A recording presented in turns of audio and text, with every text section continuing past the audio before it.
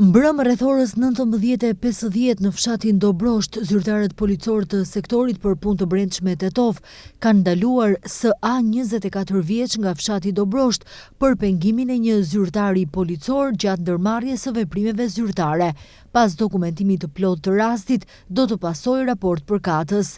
Dje rreth orës 17:30 në rrugën Video Smilevski Bato Tetov, oficerët e stacionit policor për siguri rrugore Tetov privuan Galiria GB 61 vjeç nga fshati Bërvenic gjatë marrjes së masave pas një aksidenti trafiku të ndodhur më parë, në të cilin GB ka marrë pjesë me një automjet pasagjerësh Audi me targa të Tetovës. Është përcaktuar se i njëjti ka qenë në ndikimin e alkoolit, përkatësisht janë matur 1,71 promil alkool në gjak.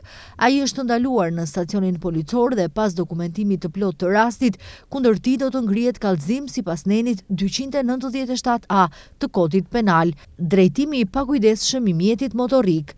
Dje rreth orës 15:20 në rrugën Zhivko Brajkovski Gostivar, zyrtarët e policisë nga Departamenti për Punë të Brendshme Gostivar ndaluan LM 25 vjeç nga Gostivari për prishje të rendit dhe qetësisë publike.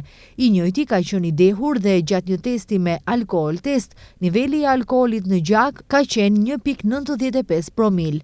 Pas dokumentimit të plot të rastit, kundër tij do të pasojë kallëzim përkatës.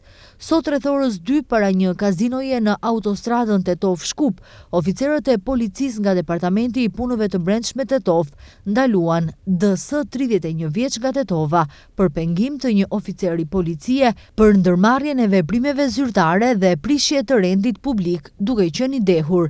Gjatë një testi me alkool, niveli i alkoolit në gjak ka qenë 2,32 promil. Pas dokumentimit të plot të rastit, do të pasojë kallëzim përkatës.